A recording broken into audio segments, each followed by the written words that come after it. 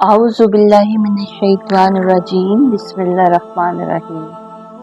آج اللہ تعالیٰ کے جس صفاتی نام کی یہاں پہ حمد و ثنا بیان کی جائے گی وہ نام ہے الخالق جل جلالہ۔ یہ اللہ تعالیٰ کا صفاتی نام ہے یا تخلیق کے کامل ترین نظام کے موجد کا تعارف ہے۔ جو کچھ بھی ہے اللہ تعالیٰ اس کائنات میں ظاہر اور پوشیدہ ہر شے کا خالق ہے۔ اس نے اس کائنات اور ایسے بے شمار ظاہر و پوشیدہ عالمین کی تخلیق فرمائی اور ان تمام اشیاء کی تخلیق کے سلسلے کو جاری کر دیا۔ اس بات کا یقین ہر قوم کو ہے کہ کسی لازوال قوت نے کن کہہ کر تمام عالم کو وجود بخشا۔ ہر نوح کا پہلا جاندار خالق حقیقی کی تخلیق کے عمل سے ہی وجود میں آیا۔ حیات کا اولین جرثومہ خالق ہی کی تخلیق ہے۔ ارشاد ہوتا ہے انسان کی تخلیق کی ابتدا گارے سے کی، اس کی نسل ایسے سط سے چلائی جو حقیر پانی کی طرح ہے، اسے نطفہ سے درست کیا اور اس میں اپنی روح پھونکی۔ اس مضمون کو دوسری جگہ مختلف طریقے سے بیان فرمایا گیا ہے۔ اللہ نے ہر جاندار کو ایک طرح کے پانی سے پیدا کیا، کوئی پیٹ کے بل چل رہا ہے، کوئی 2 ٹانگوں پر اور کوئی 4 ٹانگوں پر۔ جو کچھ وہ چاہتا ہے پیدا کرتا ہے، وہ ہر شے پر قادر ہے۔ پھر اسی تخلیق کی مفصل تعریف اس طرح فرمائی، ہم نے انسان کو مٹی کے سط سے بنایا، پھر اسے ایک محفوظ جگہ پر ٹپکی ہوئی بوند میں تبدیل کر دیا، پھر بوٹی کی ہڈیاں بنائیں، پھر ہڈیوں پر گوشت چڑھایا، پھر اسے ایک دوسری ہی مخلوق بنا کر کھڑا کر دیا۔ بس اللہ بڑا ہی بابرکت اور سب کاریگروں سے اچھا کاریگر ہے۔ جب انسان ان تمام کیفیات پر غور کرتا ہے تو محسوس کرتا ہے کہ یہی خالق حقیقی ہے، جس نے صرف پیدا نہیں کیا بلکہ تخلیق کا مکمل نظام قائم کر دیا۔ اس کی ہر صفت اور ہر صفاتی اسم پورا ایک نظام ہے جو کوئی عام بندہ بنانے والا نہیں ہو سکتا، بلکہ یہی خالق حقیقی ہے جس کی ہر تخلیق اپنی جگہ تخلیق کا کام کر رہی ہے۔ دانے سے درخت اور درخت سے دانہ، غذا سے کھاد اور کھاد سے غذا کا سلسلہ جاری ہے۔ انسان سمجھ نہیں سکتا کہ کسی شے کی ابتدا کہاں سے ہوئی اور انتہا کیا ہے۔ یہ کہہ دینا بہت آسان ہے کہ اللہ نے زمین و آسمان، چاند، سورج، ستارے، دریا، پہاڑ، آبادی، ویرانے، زندگی اور موت کو ایجاد کیا۔ یعنی حساب کرتے ہوئے عمریں گزر جاتی ہیں کہ کن کن اشیاء کو اس نے تخلیق فرمایا ہے، لیکن انسان یہ اشرف المخلوقات جو خالق حقیقی کے بعد سب سے بڑا خالق خود ہی ہے، جب خود اپنی حقیقت پر غور کرتا ہے تو بحر تحیر میں ڈوب کر رہ جاتا ہے کہ اس کے مختصر سے وجود میں پوری کائنات کو سمو دیا گیا ہے، اور یہ خالق حقیقی کی قدرت کا ادنا سا ثبوت ہے کہ کس طرح ایک شے بلکہ کائنات کا تمام نظام جوڑا زوجین پر رکھ دیا گیا ہے۔ فرمایا ہم نے ہر شے کو جوڑا جوڑا بنایا تاکہ تم غور کرو۔ اب غور کیا جائے تو مادہ میں بیک وقت مثبت اور منفی ذرات کارفرما ہیں، لہٰذا ہر شے کے ساتھ اس کے فرض کی تکمیل اور اس کے مقصد کا پورا کرنے کے لیے اس کائنات کا تضاد موجود ہے۔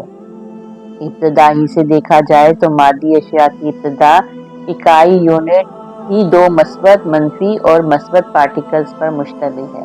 چنانچہ زندگی اور موت کی تخلیق سے ہی زوجین کا اصول پوری کائنات میں بے جان اور جاندار ہر شے میں موجود اور کارفرما ہے۔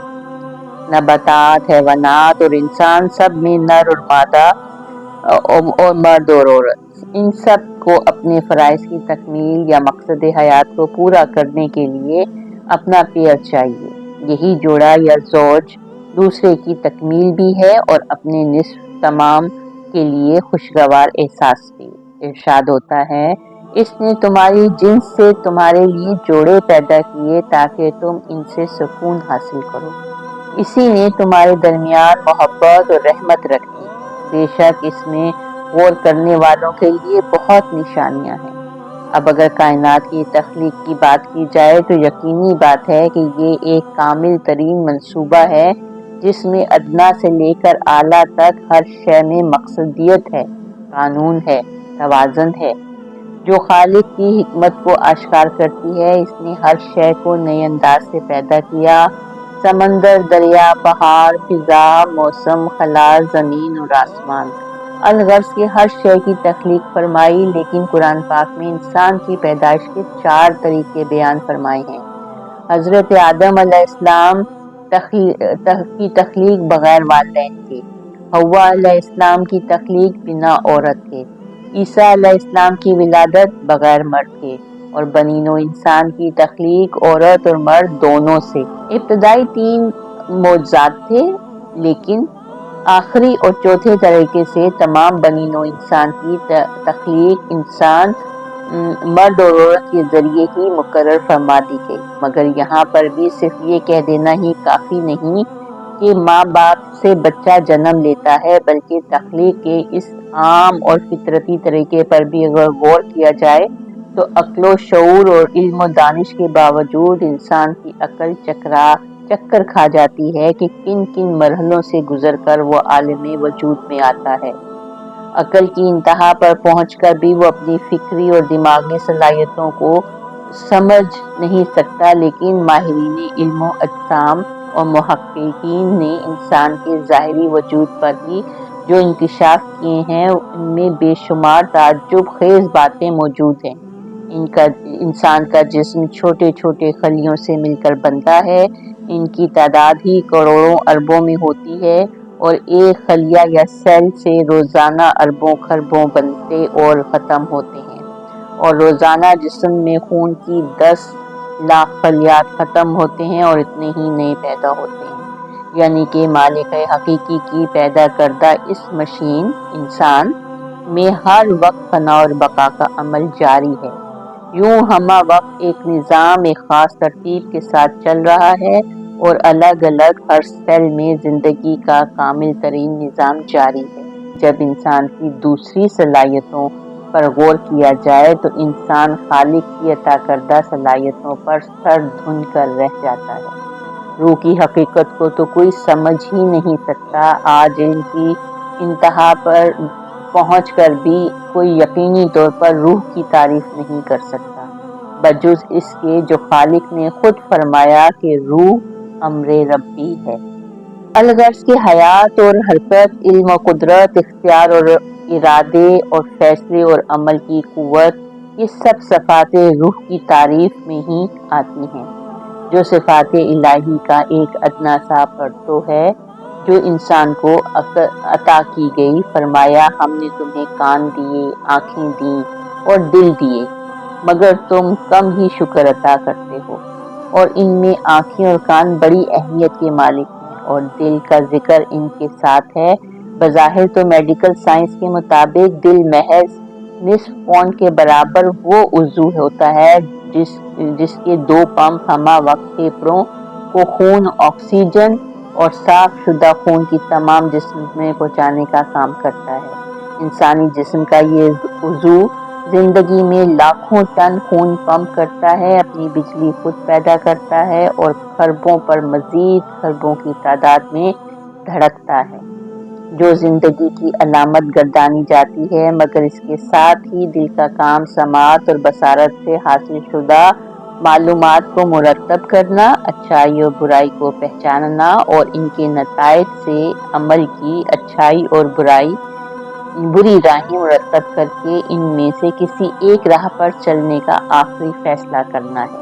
حواس خمسہ 5 قوتوں کو کہا جاتا ہے: سماعت، بصارت، شامہ، لمسہ، ذائقہ، اور ان میں ہر صلاحیت تخلیق کے انوکھے انداز اور خالق حقیقی کی لامحدود قوت کا اظہار کرتی ہے۔ یہی 5 صلاحیتیں حصول علم و دانش کے ذرائع ہیں، جن سے انسان سیکھتا اور سکھاتا ہے، انہی کا صحیح استعمال اسے بام عروج تک لے گیا اور انہی کے غلط استعمال نے اسے اسفل سافلین کے درجے تک پہنچا دیا۔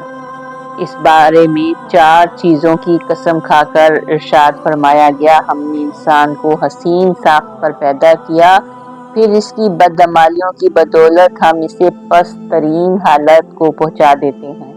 صلاحیتوں کے پیچھے اچھے اور برے استعمال سے انسان کی کامیابی اور ناکامی سے دوچار ہوتا ہے اور ان کی بدولت خالق حقیقی کی لامحدود قدرت کی گواہی دیتا ہے۔ ارشاد فرمایا گیا: ہم نے اس کو پور بنانے پر قادر ہیں۔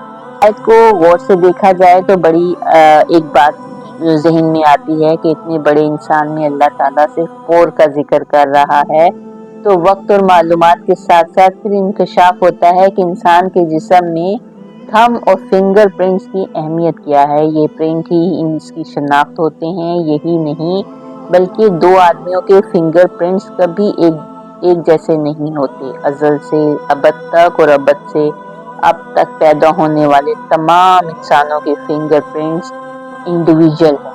یہی کیفیت کچھ آنکھ کی پتلی دوسری سے مشابہ نہیں ہوتی، لہذا چھان بین کے ترقی یافتہ نظام میں مجرموں کی آنکھوں کو اسکین کر کے ہی پہچان لیا جاتا ہے۔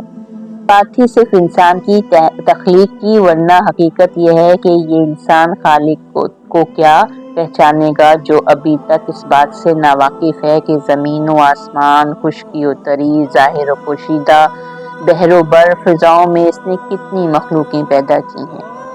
وہ تو ابھی تک پوری مخلوق سے واقف نہیں ہے، جبکہ مخلوق کے سوا بھی خالق حقیقی زمین کی پنہائیوں میں، پانی کی تہوں، آسمان کی وسعتوں سے، انسانی نظروں سے پوشیدہ ہر جگہوں پر مخلوق کو پیدا کر کے ان کی پرورش کر رہا ہے۔ انسانی عقل سوچ بھی نہیں سکتی کہ اللہ تعالیٰ نے کس شے کو کس طرح پیدا کیا ہے اور کس طرح اسے زندگی کی سہولتیں پہنچاتا ہے۔ وہ خود اس کے اندر ہر لمحہ زندگی اور موت کی ایک جنگ جاری ہے۔ وہ زندگی سے موت کو اور موت سے زندگی کو پیدا کرتا ہے۔ اس مختصر سی آیت میں کتنی اشیاء اور تخلیق کے کتنے طریقوں کا ذکر ہے۔ ارشاد ہوتا ہے: دانے اور گٹلی کو پھاڑنے والا اللہ ہی ہے، وہی زندہ کو مردہ سے نکالتا ہے، وہی زندہ کو مردے سے خارج کرتا ہے، یہ سارے کام کرنے والا تو اللہ ہی ہے۔ پھر تم کدھر بہکے جا رہے ہو؟ شب کے پردوں کو چاک کر کے وہی صبح نکالتا ہے، اسی نے رات کو سکون کا وقت بنایا، اسی نے چاند سورج کو طلوع اور غروب کا وقت مقرر کیا۔ یہ سب اسی زبردست قوت اور علم رکھنے والے کے ٹھہرائے ہوئے انداز ہیں۔ وہی ہے جس نے تمہارے لیے تاروں کو صحرا اور سمندروں کی تاریکیوں میں راستہ معلوم کرنے کا ذریعہ بنایا۔ دیکھو، ہم نے ان لوگوں کے لیے جو علم رکھتے ہیں نشانیاں کھول کر بیان کر دی ہیں، اور وہی خالق حقیقی ہے جس نے ایک متنفس سے تم کو پیدا کیا، پھر ہر ایک کے لیے ایک جائے قرار ہے اور ایک اس کے سونپے جانے کی جگہ۔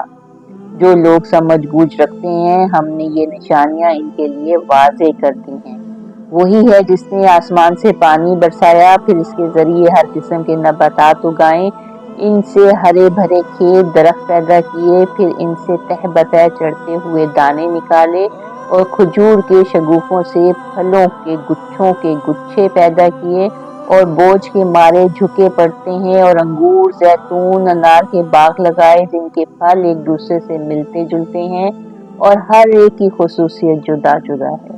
یہ درخت جب پھیلتے ہیں تو ان میں پھل آنے اور ان کے پکنے کی کیفیت کو ذرا غور سے دیکھو۔